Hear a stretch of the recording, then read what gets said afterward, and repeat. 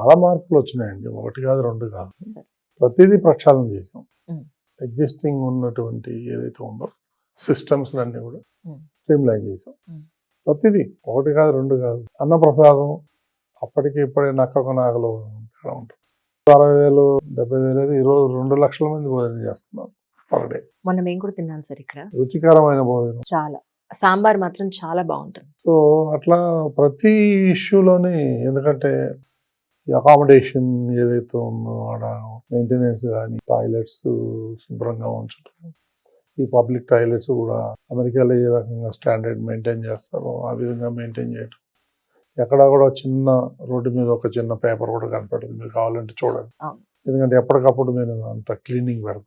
Water bottles కూడా మీరు plastic bottles తీసేసి గాజు బాటిల్స్ పెట్టారు మీరు. వాళ్ళు కాదు, గత ప్రభుత్వం పెట్టారు. సో అట్లా ప్రతిదీ కూడా మేము ఇవాల్యుయేషన్ చేసి దీన్ని ఏం చేయాలి, ఈ దర్శనాలు ఎలా మెయింటైన్ చేయాలి, ఇవన్నీ కంప్యూటరైజ్ చేసాం. ఎక్కడ కూడా క్యాష్ ట్రాన్సాక్షన్ లేదు, అన్నీ కూడా ఆన్లైనే. నువ్వు రూములు తీసుకున్నా, టికెట్లు తీసుకున్నా, ఏది తీసుకున్నా. సో ఇవన్నీ కూడా ఎక్కడ అయితే అవకాశం ఉంటుందో కరప్షన్కి, వాటన్నిటికి కూడా చెక్ పెట్టాం. తిరుపతికి వచ్చే భక్తులు, నేను ఒకదానిగా చెప్తున్నాను యాజ్ అ జర్నలిస్ట్గా కాకుండా, జనరల్గా టీటీడీ ఛానల్లో ఏంటంటే అక్కడ జరిగే మార్పులు చేర్పులు, దర్శనాలకి సంబంధించి ఇవన్నీ కూడా మీరు ప్రోగ్రామ్ టెలికాస్ట్ చేస్తున్నారు. కానీ అది యూట్యూబ్లో ఏమవుతుందంటే, ఇప్పుడు సపోజ్ మీరు ఇప్పుడు పూర్తి ఇన్ఫర్మేషన్ ఎవరిచేతనే మాకు చెప్పించారనుకోండి, అది యూట్యూబ్లో సేవ్ అయి ఉంటుంది ఆ వీడియో. దానివల్ల 10 మందికి ఎక్కువ వెతుక్కుని మరి రీచ్ అయ్యే అవకాశం ఉంటుంది. సో అదేంటంటే మీరు లైవ్లో ఇచ్చేసి దాన్ని వదిలేస్తున్నారు, అది అందరికీ రీచ్ అవ్వట్లేదేమో అనిపించింది. పూర్తి స్థాయిలో ఇప్పటి వరకు అంటే దర్శనాలు, ఎన్ని రకాల దర్శనాలు కానివ్వండి, దానికి సంబంధించి ఎక్కడెక్కడ వాళ్ళు వెబ్సైట్స్ వెతుక్కోవాలి దగ్గర నుంచి, ఎంత పేమెంట్ ఉంది దగ్గర నుంచి, ఇవన్నీ కూడా వివరంగా ఎవరైనా చెప్తే ఒకసారి బాగుంటుందేమో అని నేను అనుకున్నాను సార్. అంటే అక్కడ ఎస్విబిసిలో 220-230 మంది ఎంప్లాయీస్, దానికి అంతమంది అవసరం లేదు. అదొక రిహాబిలిటేషన్ సెంటర్ లాగా తయారు చేశారు గత ప్రభుత్వం.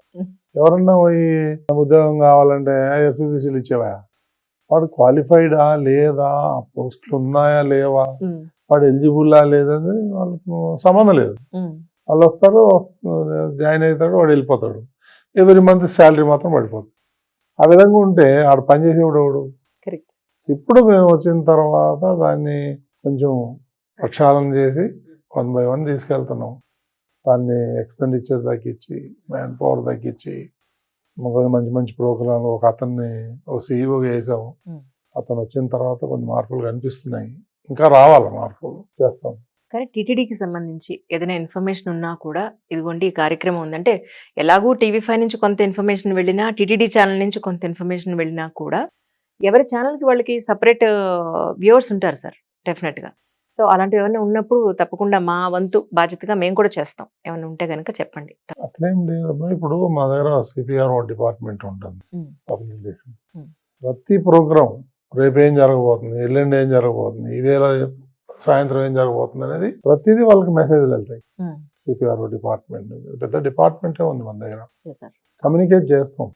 సో పలానా లైవ్ ఉంది, తర్వాత మీరు ఎస్విబిసి నుంచి క్లీన్ ఫీడ్ ఇస్తాము, సో మీరు డౌన్లోడ్ చేసుకొని మీరు లైవ్లు ఇవ్వచ్చు. అది మేమేం అబ్జెక్షన్ చేయము. ఎంతమందికి ఎక్కువ రీచ్ అయితే అంత బాగుంటుందనే మా ఆలోచన. కానీ ఒకనొకప్పుడు మీరు బిహెచ్ఎల్ లో జాబ్ చేసిన నాయుడు గారి నుంచి ఈరోజు టీటీడీ చైర్మన్ వరకు ఒక్కసారి వెనక్కి తిరిగి చూసుకుంటే మీకు ఎలా అనిపిస్తుంది సార్? అద్భుతం. అన్నీ వెంకటేశ్వర స్వామి లీలలు, ఇవన్నీ ఆ లీలలో ఇదొకటి. సార్ అప్పుడు ఎలా ఉండేది సార్ లైఫ్ స్టైల్ మీది? ఇప్పటికప్పుడు బాగానే ఉందమ్మా. నేను ఎప్పుడు కూడా దేని గురించి కూడా స్ట్రగుల్ కాల. గత 5 ఏళ్లలో నన్ను ఇబ్బంది పెట్టాడు జగన్మోహన్ రెడ్డి కానీ, కేసులు పెట్టి, అది పెట్టి, ఇది పెట్టి. అంతేగాని నాకేమి ఇవ్వలేదు. నేనేమి యాంకి ప్యాంకి ఏం చేయను. మీ పని ఏదో మీరు చేసుకుంటూ వెళ్తూ ఉంటారు. రియల్ ఎస్టేట్ అసలు చేయను. నాకు ఇంకేముంటుంది. మీకు ఎక్కువ సాటిస్ఫాక్షన్ ఇచ్చిందంటే టీటీడీ జాబా లేకపోతే ఛానల్ వర్క్? అంటే ప్రతిదీ దేనికి దానికి. అంతేంటారు. ఛానల్ నడపడం అనేది అంత ఈజీ కాదు, జాబ్ కాదండి. It's a white elephant job sir. White elephant.